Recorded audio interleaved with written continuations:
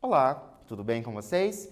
Eu sou o professor Emerson e estou trabalhando língua portuguesa com você que está aí na segunda série. Antes de iniciar a aula, tem um recado para você. Acesse o Class, faça as atividades que ali estão disponíveis e também marque a sua presença. Mas, se você não tem acesso ao Class, não se preocupe. Se você está tendo acesso às nossas aulas pela TV ou mesmo pelo YouTube, vou pedir para que vocês entrem em contato com a escola de vocês para que vocês saibam quais são as atividades que precisam ser feitas. Eu gosto sempre de dizer que as atividades são muito importantes para a gente perceber se nós realmente conseguimos entender aquilo que foi transmitido pela aula. E isso vale para todas as disciplinas. Dado o recado, vamos ver os nossos objetivos para hoje.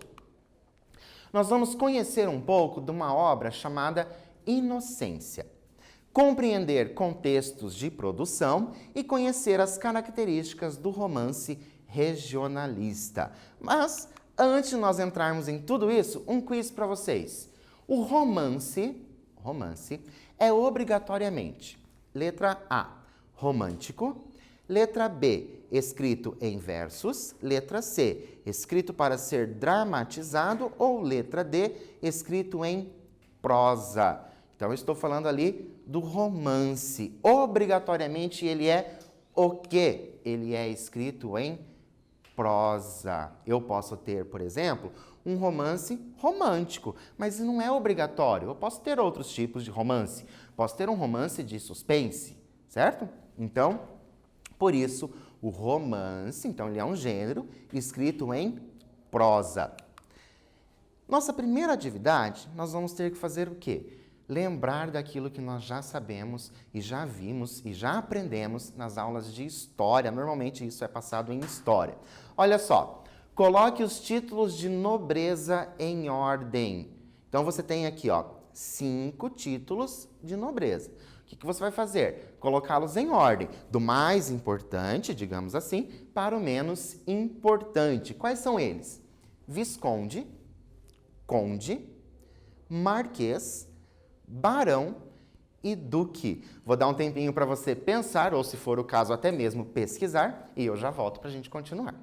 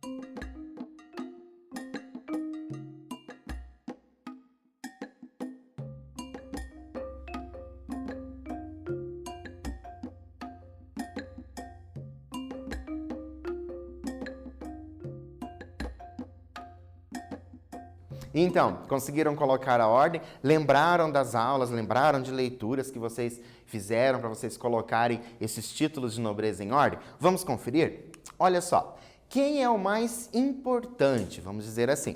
O mais importante é o duque. Depois do duque vem quem? O marquês.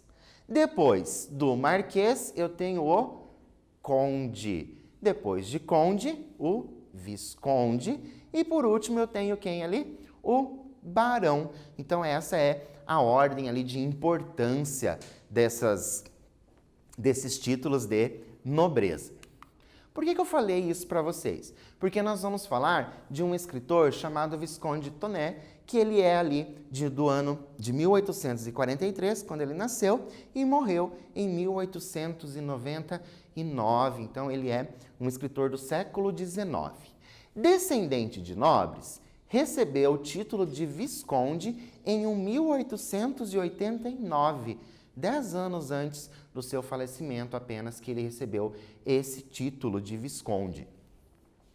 Apaixonado pelas artes e pela política, olha só, ele era apaixonado pelas artes e pela política. E o que aconteceu? Ele presidiu o Paraná. Então, ele presidiu o nosso estado entre 1885 e 1886. Um período curto, mas bem importante. No ano de 1871, publicou seu primeiro romance, chamado Mocidade de Trajano, sob o pseudônimo de Silvio Dinardi. Então, esse ali é o nosso escritor que nós vamos falar. Lembra lá no início que nós íamos falar do romance Inocência? Então, Inocência foi escrito por ele. Trouxe para vocês algumas obras que ele publicou. Então, eu tenho A Retirada da Laguna, Visões do Sertão, Dias de Guerra e de Sertão. E por último ali, eu tenho quem? O que nós vamos falar, que é o Inocência. Nós vamos fazer uma outra atividade. A partir do título, Inocência. Então, somente sobre o título, ok? Quais são as hipóteses do conteúdo da obra que você pode levantar? Então, você pegou um livro, você foi à livraria ou à biblioteca, pegou esse livro chamado Inocência. Só olhando para a capa ali e pelo título, esse título Inocência, o que você imagina que vai tratar esta história? Vou dar um tempo para você levantar essas hipóteses e eu já volto para a gente continuar.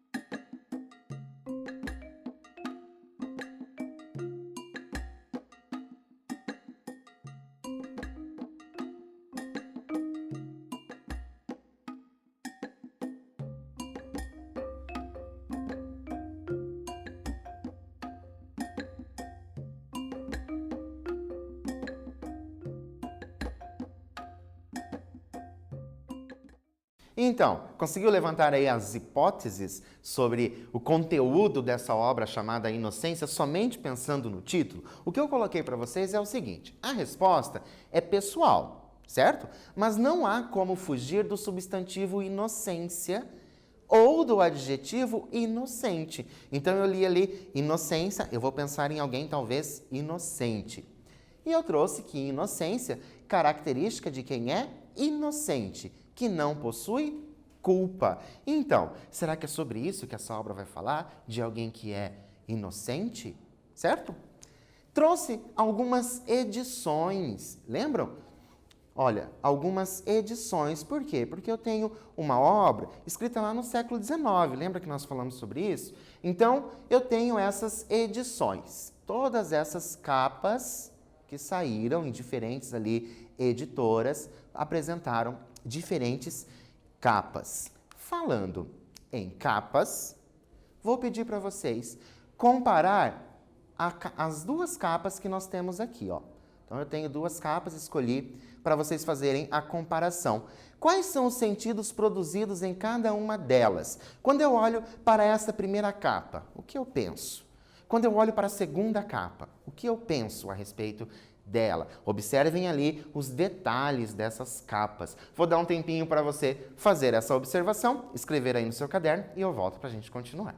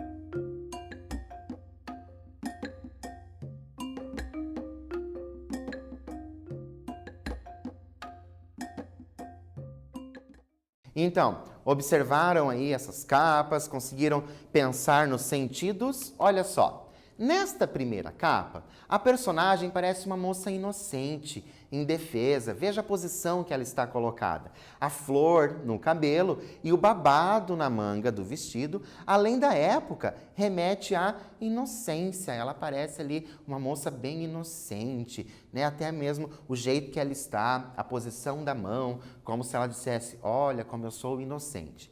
Nesta segunda capa, a personagem não parece tão inocente. O olhar, vejam como ela olha, os ombros expostos, olha a diferença entre uma e outra, os ombros expostos e a impressão de que ela está à espreita. Conseguem observar que parece que ela está olhando atrás de uma cortina, possivelmente? Contrastam com o título. Essa pessoa que estaria aí à espreita, com esse olhar, será que ela realmente tem essa inocência? Será que ela é inocente? E continuando, nós tínhamos uma outra capa, bem diferente das demais. Observe esta capa e, de acordo com seus conhecimentos, aquilo que você conhece, certo? Como é possível relacionar o título Inocência com a capa desta edição, desta específica, esta que traz a borboleta? Vou dar um tempo para você pensar a este respeito e eu volto para a gente continuar.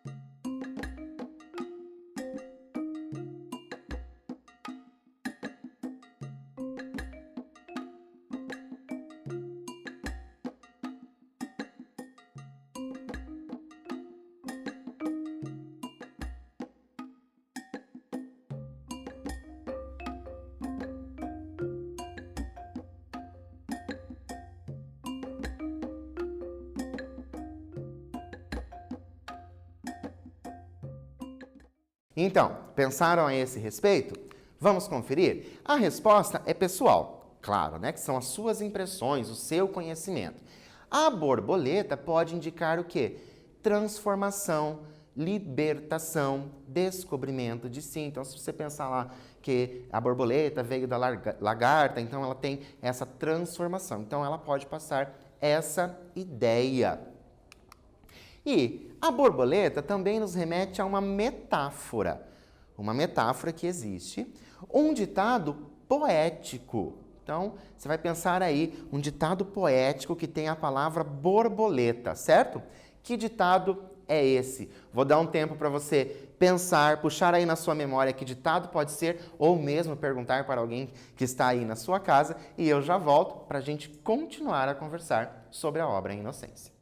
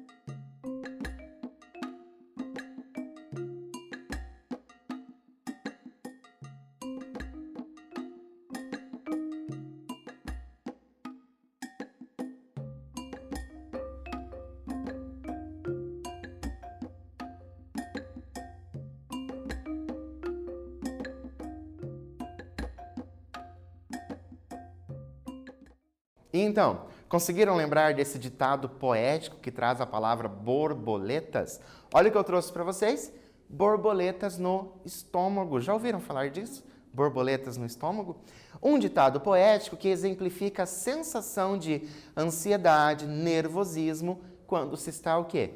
Apaixonado. Então, a borboleta, né, traz essa borboleta no estômago, talvez seria sobre alguém que estivesse apaixonado. O que é a inocência? Inocência, então, escrito em 1872, olha quanto tempo faz. Escrita no século XIX, a narrativa se passa na região central do Brasil, num cenário distante da civilização, certo? Distante da civilização, cruzando personagens de diferentes lugares. Então, a narrativa, ela se passa ali na região central do Brasil, mas ela vai cruzar personagens de outras regiões. Com um narrador onisciente, o enredo conta a tensão dramática vivida por dois jovens apaixonados. Então, esse é o enredo. Eu tenho dois jovens apaixonados. E quem vai contar esse enredo é quem? É esse narrador onisciente. Mas o que é um narrador onisciente? Vou dar um tempinho para você responder aí no seu caderno e eu já volto.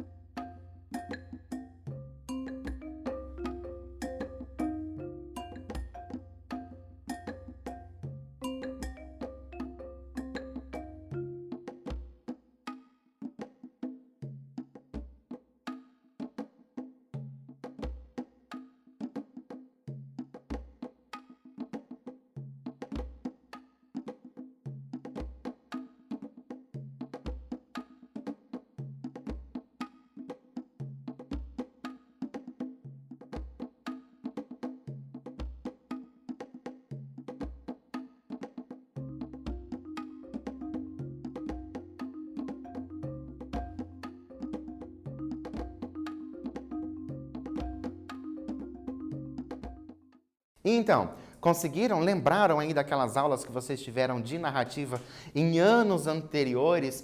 Com toda certeza vocês já viram sobre essa questão de narrador onisciente. Então vamos ver. Para a gente relembrar, o narrador onisciente, também conhecido como onipresente, é aquele que tem conhecimento das ações das personagens e também dos sentimentos. Então esse narrador onisciente é como se ele visse os personagens de fora, mas também pudesse enxergar os personagens pelo lado de dentro, vendo ali esses sentimentos que as personagens trazem. Continuando, nós vamos falar dos personagens. Então, alguns personagens ali, os personagens principais da história Inocência. Tenho a Inocência, propriamente dita, uma menina prometida em casamento que se vê dividida entre a obediência e o amor. Então, ela já está prometida para o casamento, que seria essa obediência, mas ela ficou dividida entre essa obediência e o amor. Tenho o Cirino. Quem é o Cirino? É um aspirante a médico. Ele pretende ser médico que encontra em Inocência um amor verdadeiro. Olha que bacana. Então, ele ali farmacêutico, né, com essa ideia de medicina, ele começa a se apaixonar pela Inocência. E temos o Manecão, é esse nome mesmo, é Manecão. Noivo de Inocência. Lembram que ela estava ali prometida para o casamento? O Manecão é quem? É o noivo. Carrega o estereótipo regional. Então, ele vai carregar o estereótipo daquele homem nascido ali naquela região. Temos o Pereira. Quem é o Pereira? O pai da moça.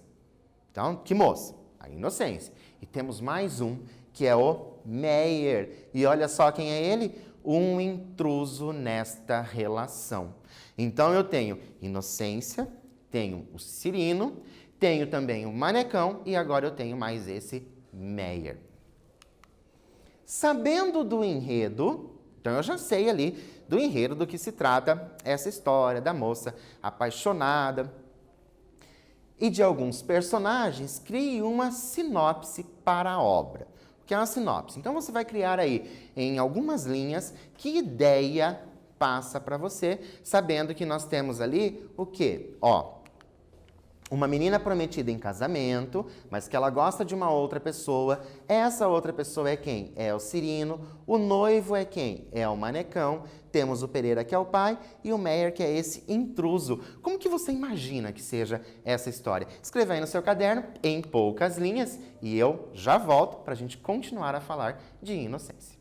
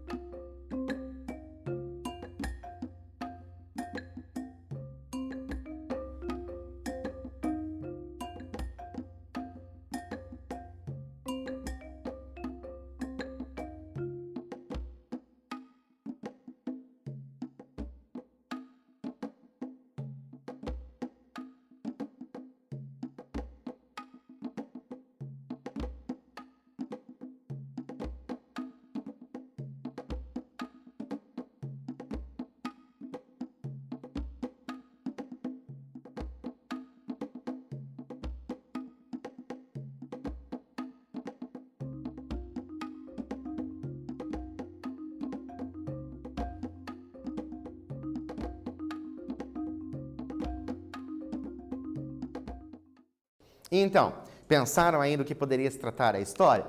Como a resposta é pessoal, eu trouxe uma ideia de uma sinopse. Olha como é simplesinha, poucas linhas.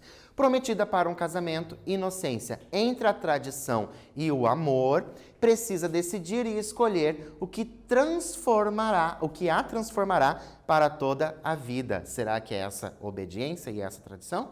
Ou será que seria o amor? Lembrando que a sinopse, ela tem que ser o quê? Aquele texto que te convida para a leitura. Ela não pode contar muita coisa. Você tem que ficar curioso a respeito do conteúdo daquela obra, seja uma obra escrita ou mesmo uma obra fílmica. Trouxe para vocês um trecho, certo? Um trecho da obra. Esta obrigação de casar as mulheres é o diabo. Se não tomam estado, ficam jururus e fanadinhas. Se casam, podem cair nas mãos de algum marido malvado. E depois, as histórias. Ih, meu Deus, mulheres numa casa é coisa de meter medo. São redomas de vidro que tudo pode quebrar. Enfim, minha filha, enquanto solteira, honrou o nome de meus pais, o manecão que se aguente. Quando a tiver por sua, com gente de saia, não há o que fiar. Cruz. Então, nós já sabemos quem é que está falando. Quem está falando é o pai, é o Pereira, o pai da Inocência. Então, ele traz essa ideia ali de cuidado com a filha. Então, ele tem esse cuidado com a filha. Releia o trecho. Se não tomam estado, ficam jururus e fanadinhas. O que o trecho revela sobre o contexto da obra, o contexto de produção. Certo? Eu tenho aqui essas palavras que estão em itálico, elas estão em itálico também, tá? Lá no livro. O que esse trecho revela sobre esse contexto de produção da obra? Vou dar um tempinho para você pensar a esse respeito e eu volto já.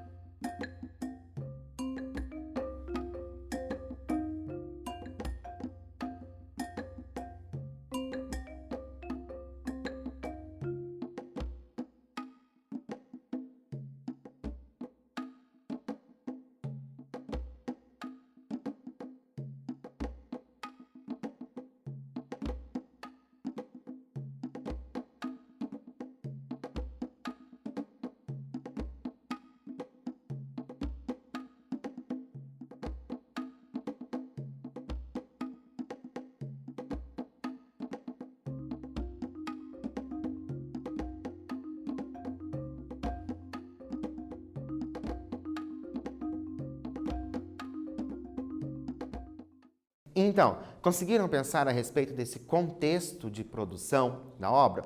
Olha o que eu trouxe para vocês. O trecho revela que se trata de uma obra regionalista. Por que é uma obra regionalista? Porque os termos jururus e fanadinhas não são, ou não eram, conhecidos em toda a região brasileira. Então, a pessoa vê esse termo, não necessariamente ela precisa conhecer, mas o termo traz o quê? Traz um regionalismo, Então, se você pensar aí na cidade onde você mora, será que tem alguma palavra que é somente aí da sua região? Se for para uma outra região, será que as pessoas vão saber do que você está falando? Então, tudo isso é o quê? É regional. Eu tenho ali uma característica da região em que a obra foi escrita. E continuando, eu repito, disse ele com calor, isto de mulheres não que fiar.